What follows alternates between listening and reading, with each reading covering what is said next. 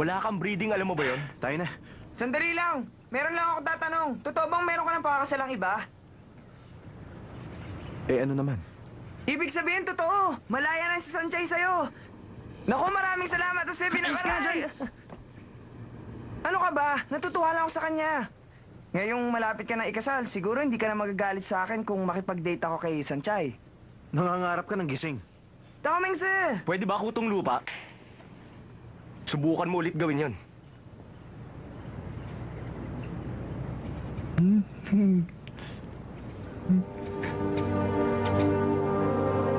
Masaya si Shinghe para sa akin. Tama naman siya. Simula ngayon, wala nang kinalaman si Sanchay sa buhay ko. Tapos ng lahat sa amin. Kailangang harapin ang kasalukuyan. Ibaon sa limot ang nakaraan.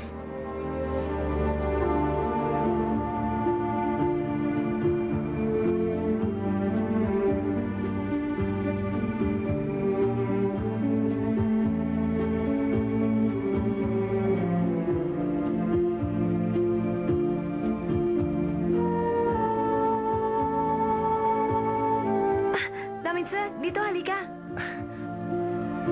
Sir, table for one. May kasama ako. This way, sir. Kanina ka pa ba? Naku, hindi naman. Maaga lang ako, ayoko malate. Ah, Anong gusto mong inumin? bigyan mo ako ng cappuccino. Ganun din ang sakin. Gustong-gusto ko ng cheesecake at saka ng cappuccino. Yun ang pinagsasabay ko. Dito masarap ang cheesecake. Gusto mong subukan? Waiter, bigyan mo na lang ako ng tsaa.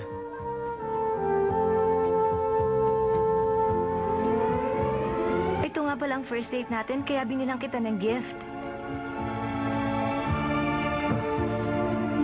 Shotze, paano yan? Wala akong regalo sa'yo. Naku, okay lang yon. Hindi naman ibig sabihin kailangan mo rin akong bigyan. Gusto lang talaga kitang bigyan, sana magustuhan mo. Salamat. Sige na, buksan mo na. Tingnan mo kung magugustuhan mo.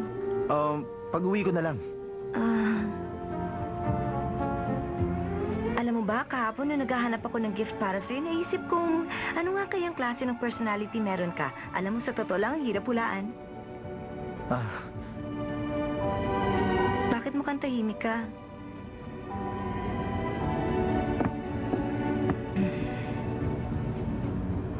Thanks.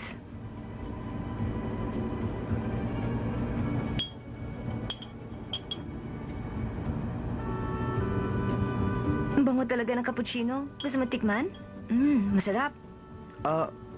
Tasa mo yan, hindi magandang tingnan. Okay lang yan, walang problema sa akin. Magagalit akong ibang titikim. Boyfriend naman kita, di ba? Baka maubos ka yan. Huwag na lang. Okay lang talaga sa akin. Sige na, tikman mo. Sinabi ng ayoko, di ba? Para magkakilala tayo mabuti, alamin natin kung match ang blood type at astrology natin. Sa palagay ko, boring ang mga naisip mong yan. Ang astrology signs, para meron ka lang reference. Kilala ko ang sarili ko. Hindi ako nagpapadala sa sinasabi ng iba. Hindi ako kailangang diktahan. At ang mga sinasabi mong yan, puro mga kalokohan lang. Ang totoo, hindi rin naman ako naniniwala sa mga yan. Gusto ko lang naman meron tayong pag-usapan. Hindi ako interesado. Tayo na.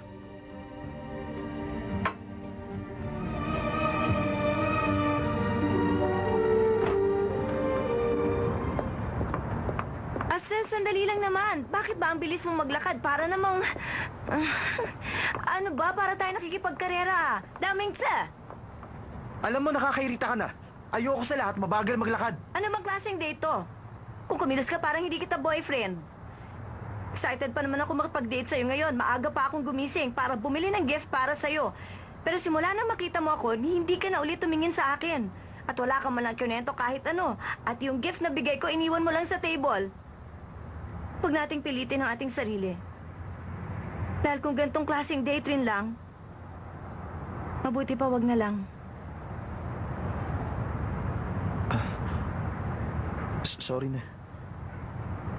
Ano bang gusto mong gawin ko? Una, tumabi ka sa akin.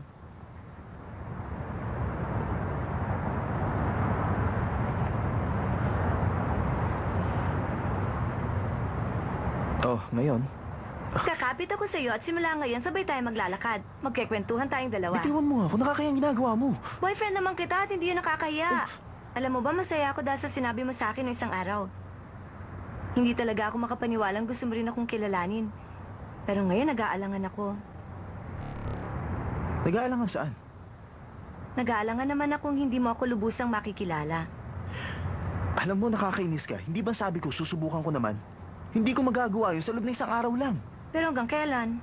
Eh, hindi ko alam kung hanggang kailan. Hindi yun mahalaga. Basta gusto kita. Malinaw sa akin na talagang gusto kita ngayon para magkagusto ka sa akin, baguhin mo ugali mo.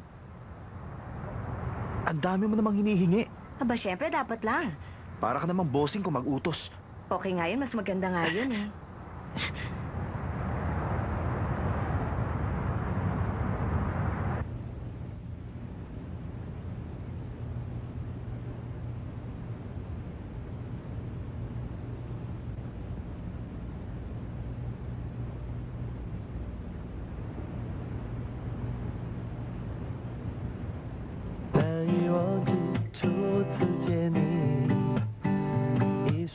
At pagkatapos, sa tingin mo ba naman magkasundo sila? Opo. Kahit na mukhang si Miss Xiaoche ang nanunuyo sa inyong anak, pero nagkikita sila 2 hanggang 3 beses sa isang linggo. Talaga? Mukha yatang nag-iisip na ang aking anak. Ano nga palang balita doon sa oportunista babae? Sa ngayon, ma'am, bukod sa pumapasok siya sa eskwelahan, hindi na siya nakikipagkita sa anak niyo. Pero, madalas pong puntahan ni Miss Xiaoche si Shanshai. Si Southsea nakikipagkita kay Shansai? Bakit siya nakikipagkita? Maaaring nagpupunta siya para magtanong kay Shansai. Maaaring nagtatanong siya tungkol kay Mauser Damingze dahil kilala siya ni Shansai. Ang babaeng yan, talagang meron siyang motibo. Sa tingin ko, hindi niya hahayaang mawala si Asu.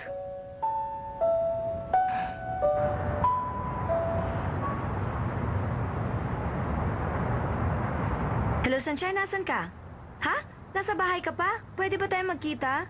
Marami akong gusto sabihin. Magkita na lang tayo. Bye. Hindi ko nga maintindihan kung anong klaseng date yun eh. Iyon, pumunta kami dun sa isang cafe. Umorder ako ng cappuccino. Sabi niya, order din Akala ko naman kung anong importanteng sasabihin niya sa akin. Paano ko sasabing ayoko makinig? Naging advisor pa ako ngayon ng kanyang love life. Bakit kailangan pang mangyari ito? Sunshine, nakikinig ka ba sa akin? Oo, sige lang. Tapos nagpunta kami sa isang lugar na napaka-romantic. Yung bang lugar na pinapangarap ng maraming babae at syempre mga lalaki rin. Pero alam mo, hindi man lang niya ako hinalikan. At hindi lang yon, umupo lang kami doon at walang ginawa. Para nga kami hindi magkakilala. Nagmukha akong tanga. Dapat ba ako makinig sa mga reklamo niya? Ayoko nga pakinggan. Sunshine, nahalikan mo na ba siya? Ha?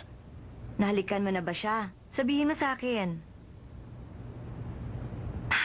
Sa tingin ko hanggang ngayon ikaw pa rin ang mahal niya. So, malabong mangyaring iniisip mong yan. Nakikipag-date siya sa'yo 3 beses sa isang linggo at breaking the record na yan. Talaga? Oo naman. Isipin mo nga, nakipag-holding hands na sa'yo si Tao Mingse sa kalye. Alam mo, pag nalaman ng F3 ang ginawa niya, siguradong hihimatay ng mga yon. Sigurado ka? Oo naman. Ba't ako magsisinungaling? O sige na nga. Sanchay, pasensya ka na. Ang totoo niyan, ang bilis kasi ng mga pangyayari. Tuwang-tuwa sa akin ng mga parents ko nung maliit pa ako. Noon kasi wala silang problema sa akin. Alam mo, ang pakikipagrelasyon ko kay Daming Sir, masakit para sa akin yun. Meron nga kayang bahagi si Asa sa puso ko. Sa palagay ko, may nararamdaman din siya para kay Tao Mingse.